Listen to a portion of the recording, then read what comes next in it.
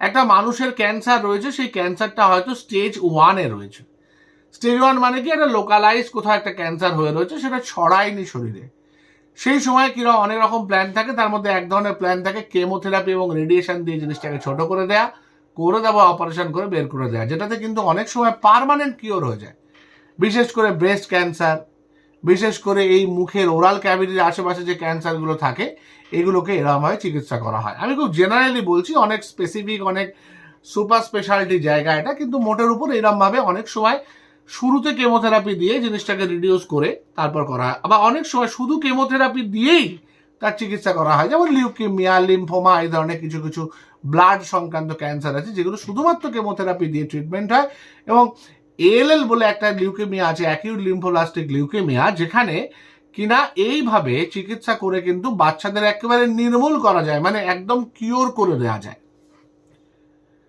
তো সেই ওষুধগুলো যদি ভেজাল হয়, আমি একটা স্টেজ 1 পেশেন্টকে বা একটা লিউকেমিয়া পেশেন্টকে কেমোথেরাপি দিচ্ছি, এটুকু জেনে দিচ্ছি যে এটাতে পেশেন্ট ভালো হয়ে যাবে, দেখলাম ভালো হলো না, আবার আরেক লাইন চার্জ করলাম, দেখলাম ভালো হলো না, খারাপ হতে হতে বাচ্চাটা মারা গেল বা ক্যান্সার পেশেন্টটি মারা গেল।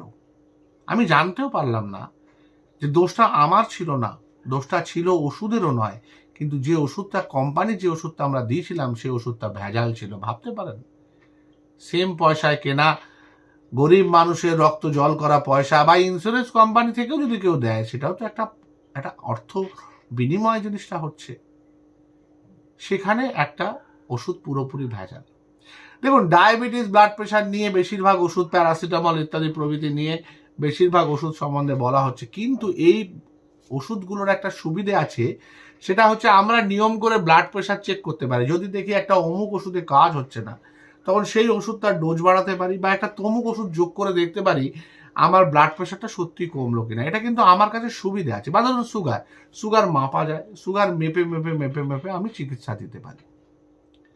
কিন্তু এটা জীবনদায়ী ক্ষেত্রে, যেমন ক্যান্সার বললাম, তেমনি ধরুন যে অ্যান্টিবায়োটিক, মেরোপেনেম, অ্যামিকাসিন, এই ধরনের ওষুধগুলো ওখানে দেখা যাচ্ছে যে লিস্টটা পাঠিয়েছে, তার মধ্যে এই ধরনের ওষুধও ভেজাল রয়েছে।